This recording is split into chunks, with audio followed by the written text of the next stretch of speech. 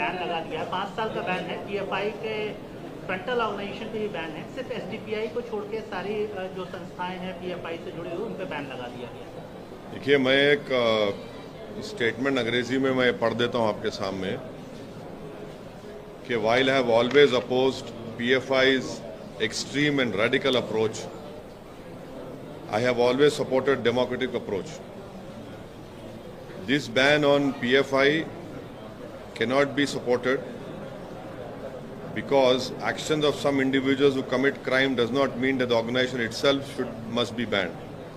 Supreme Court has also held that mere association with an organization is not enough to convict someone.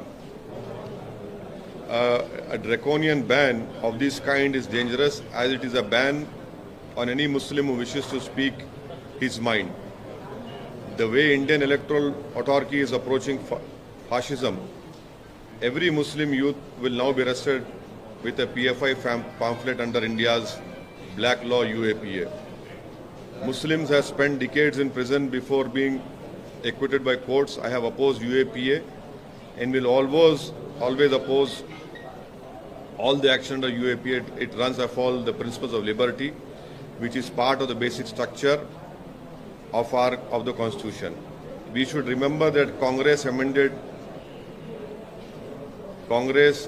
UAPA to make it stringent, and when BJP amended the law to make it even more draconian, and at that time the Congress supported it. This case will follow the timeline of Kapan, where any activist or journalist is randomly arrested and takes 2 years to even get bail. How come PFI is banned but organizations associated with convicts of Khaja Ajmeri bomb blast are not? Why has government not banned right-wing majoritarian organizations? This is my statement on this recent ban issue. Sir, mountain of evidence मिला है जिस प्रकार से union home ministry ने दो Reds किए हैं, तो जबरदस्त एविडेंस मिला है पीएफआई के खिलाफ। किस प्रकार से देश विरोधी गतिविधियां वो कर रहे थे, उसके चलते उनको बैन किया गया है। मेरा स्टेटमेंट जो मैं पढ़ा हूँ फिर से दोबारा पढ़ सकता हूँ आपके लिए हिंदी में।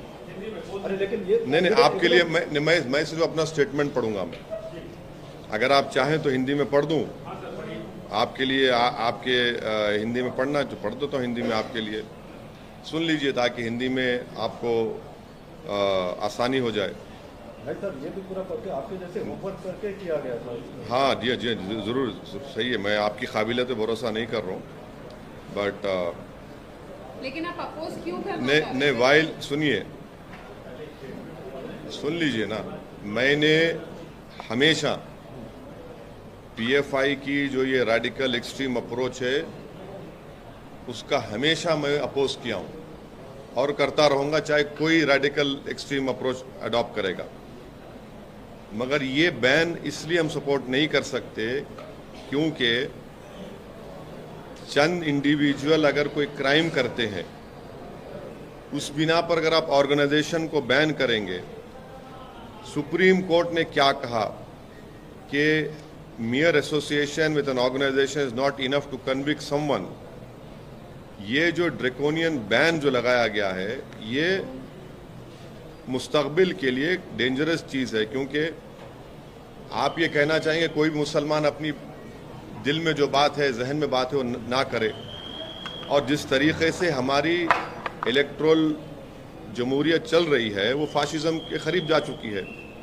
तो अब कोई भी नौजवान मुसलमान अपनी बात को रखेगा तो आप एक पैम्फलेट निकाल देंगे पीएफआई का, और फिर वो जो काला कानून है यूएपीए का उसको इस्तेमाल करेंगे।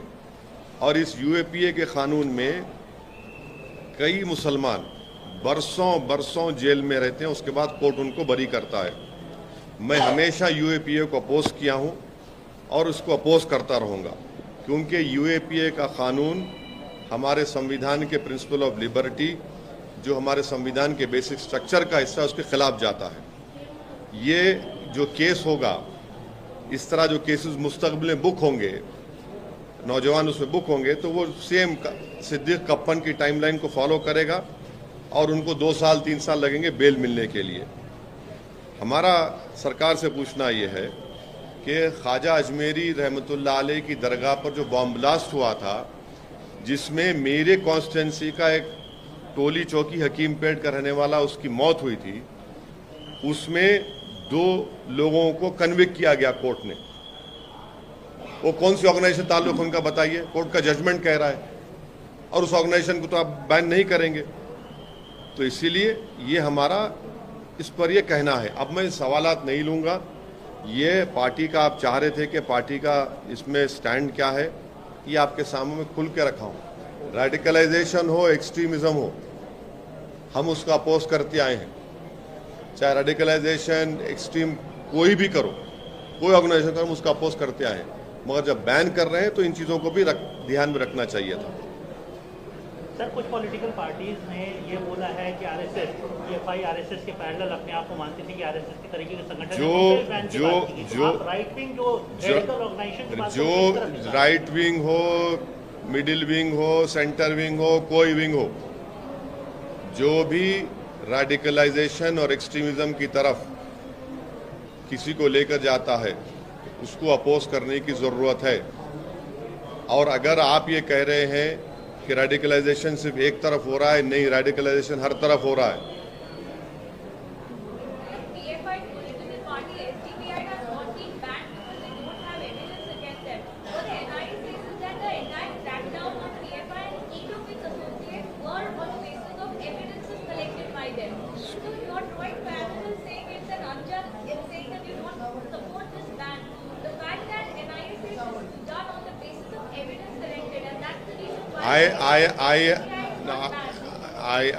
I would apologize to you.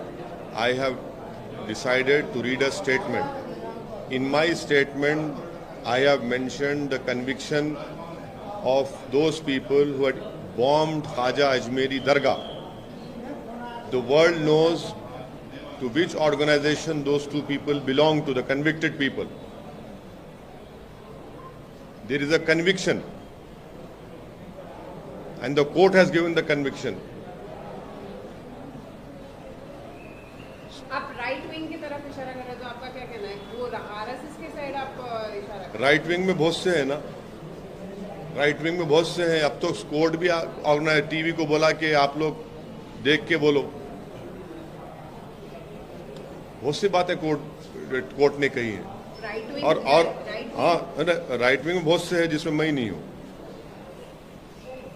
Sir, एक लिंचिंग का मामला सामने आया है, आपको जानकारी होगी तो क्या है? अब ये देखिए, शहबाज अंसारी, मंदार झारखंड के बच्चे को, उसको लिंचिंग हो गई। अब ये रेडिकलाइज कौन कर रहा है इन लोगों को, ये बताइए ना। यही तो मेरा सवाल है, इनको रेडिकलाइज कौन कर रहा है कि वो शहबाज अंसारी, उसके ये जो जानकार हैं, ये लोग जो एलेज एक्यूज हैं, ये रेडिकलाइजेशन देश को बर्बाद कर रहा है। क्या शहबाज को इंसाफ मिलेगा, या फिर बीजेपी इन लोगों को भी जो एक्यूज है उनको फिर फूल माला पहना देगी? तो झारखंड की सरकार की जिम्मेदारी है कि इस पर सख्त एक्शन ले, और वो पीड़ित परिवार से कोई मंत्री जाकर मिले, उनको यकीन दिलाए कि इनसे इंसाफ होगा और उनकी मदद करना। मगर ये रेडिकलाइजेशन है, ये शहबाज अंसारी की मौत, उसका कत्ल, लिंचिंग, ये रेडिकलाइजेशन है, एक्सट्रीमिज्म है। ये धर्म संसद में क्या क्या नहीं बोला गया, ये सब रेडिकलाइजेशन हो रहा है।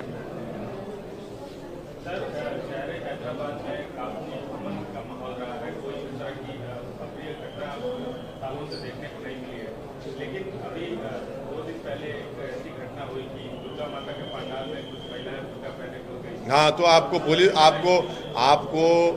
आप तमाम ने हमारे एमएलएस का स्टेटमेंट आपने कैरी किया, मैं आपका शुक्रिया अदा करता हूँ। वो उसी वक्त गए, उसका कंडेम किए, उन लोगों को इंस्ट्रूमेंट थे हमारे एमएलए, वो जो गंदी हरकत किए उनको अरेस्ट भी करवाए। पुलिस का स्टेटमेंट भी है, पुलिस को भी एक्शन लेना चाहिए, डीप जाना चाहिए कौन है। ठीक है सर, थैंक यू।